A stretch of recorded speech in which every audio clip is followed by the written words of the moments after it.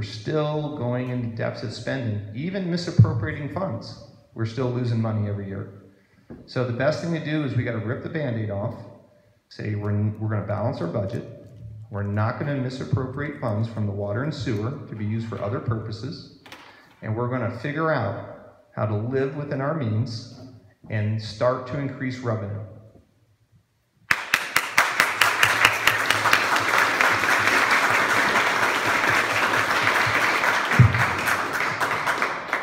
Hi. So my question is, there are a lot of rumors going around about the discrimination allegations against employees, previous employees, and current employees, especially the police department, and I would like to know what the outcome of that case was. Sure. In February, it was very publicly announced in the paper that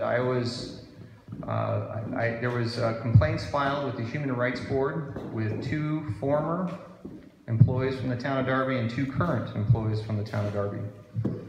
It went to the HRB, and initially it was kicked out, and they were asked to reapply with specific incidences of harassment or discrimination. And they gave them a time frame. And literally the week before the time came up where they were going to dismiss it, they produced a tremendous amount of stuff, documentation. The Human Rights Board, the actual director of the Human Rights Board, took this case and organized it, proceeded to interview the complainants, and then proceeded to interview me and other witnesses. And about 10 days ago, it's a very slow process, human resources, we received notice that all of the complaints were dismissed with no evidence of discrimination on any count, current or former employees.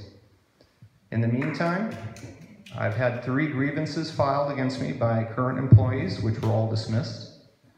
And I understand, again, when you do something different, it's very tough, it's very hard. You rock the boat, all of a sudden things are very, very different. And I can understand, especially when we're looking at departmental budget cuts, we're talking about people's wages, people's hours.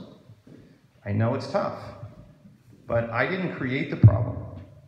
I was elected to help improve the community so that we can move forward in a positive manner. My job is to help fix the problem. And I'm sorry that there are families at stake, but I represent the 700. I don't represent the 1 or 2.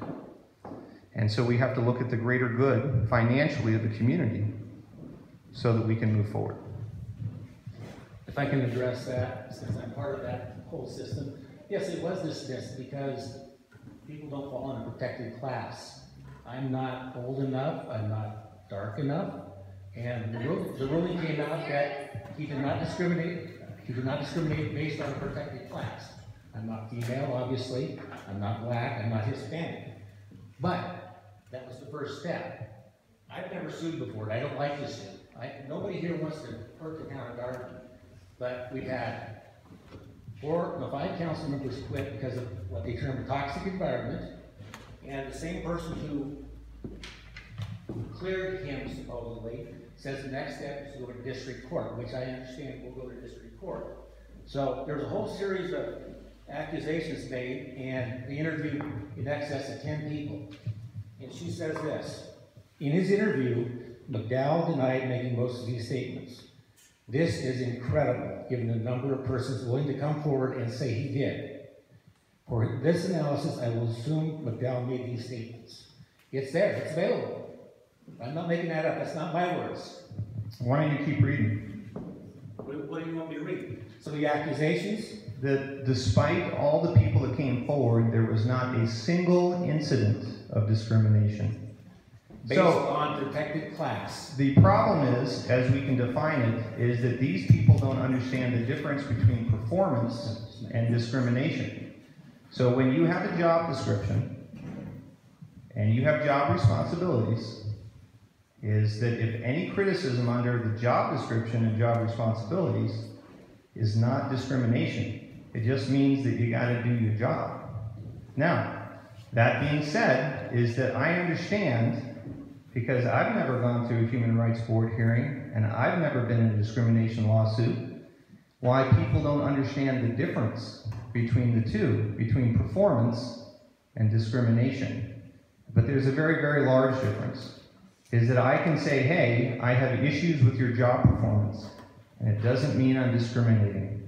Now, you may not like it, and you may be offended by that, and you may confuse it with discrimination, but it is not discrimination. If I may answer, this gentleman is a very smooth snake oil salesman. He talks about, hold on, he talks about environmental quality, the water, and septic. And yet, Mr. McDowell, in the last meeting, did you not receive, hold on, did you not receive No, let him go. a warning from the Department of Environmental Quality telling you to stop dumping the brewery waste into a ditch that feeds into the Bitterroot River? Yes, I did. So I received Did you hear what he just said? the day that I had my Human Rights Board interview with the director of the Human Rights Board. 2 hours of meeting. It's just grueling. Just grueling. And I finally come home, and Mr. Ringer comes over, drives up, and accuses me of dumping toxic waste into the ditch. And I'm confused by that. And he comes over and he points to a compost pile of spent flowers, hops, that are not in the ditch, that are in a pile outside the ditch. That is a lie. And then Mr. Ringer takes a sample and he leaves. And where'd you go after that, John? Okay, let's get to the basics. Months before, I received a complaint from 2 different citizens that said they saw compost or waste being dumped into the ditch that flows into the Bitterroot. I went by and took a picture from a distance. At some point in time, I have to follow up on it.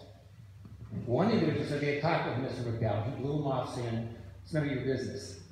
Okay? This is recorded. This is recorded. There's pictures of it in the ditch.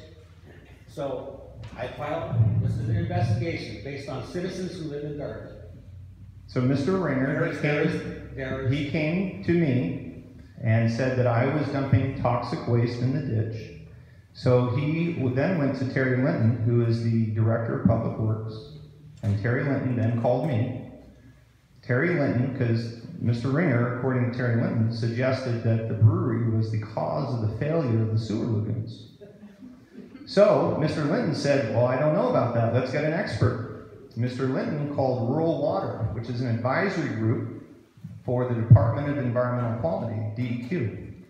And Roger came down free of charge from Helena, and he came in with Terry Linton to the brewery. We looked at the brewery. We went out and looked at the ditch. And he says, frankly, for the size of the brewery in your community, the brewery is an asset for your sewer system. And he says that the biomass that is currently in that ditch, which has no running water, is less of a detriment, the hops are less of a detriment than the biomass. But he found no evidence of dumping in the ditch, and he found no cause for concern. Now, I didn't realize that Mr. Ringer filed a complaint. He went straight to the Department of Environmental Quality and complained that I'm dumping hazardous waste in the Bitterroot River.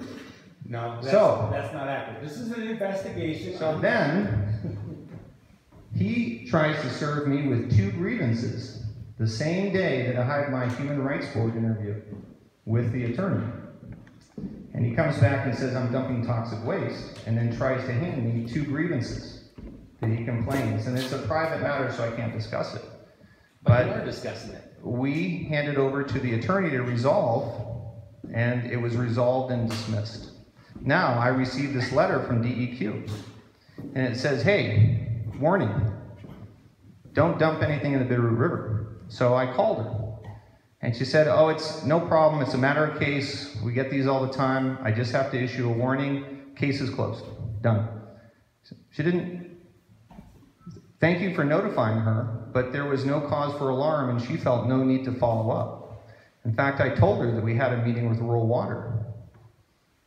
I said, thank you very much, case is closed. All this is public record. I encourage you to get council minutes. Council meetings are recorded. There are statements that are made there that are false. You can check it out. This is documented. There's photographs. The state did warn him to stop dumping. He can explain away with the best. If his lips are moving, you need to be suspicious. Was it dismissed? No, he was given a warning, told, do not dump anything more in. I welcome anybody to come to the brewery to read the exact letter. I can give it to you too, it's public record. It was told, stop dumping stuff.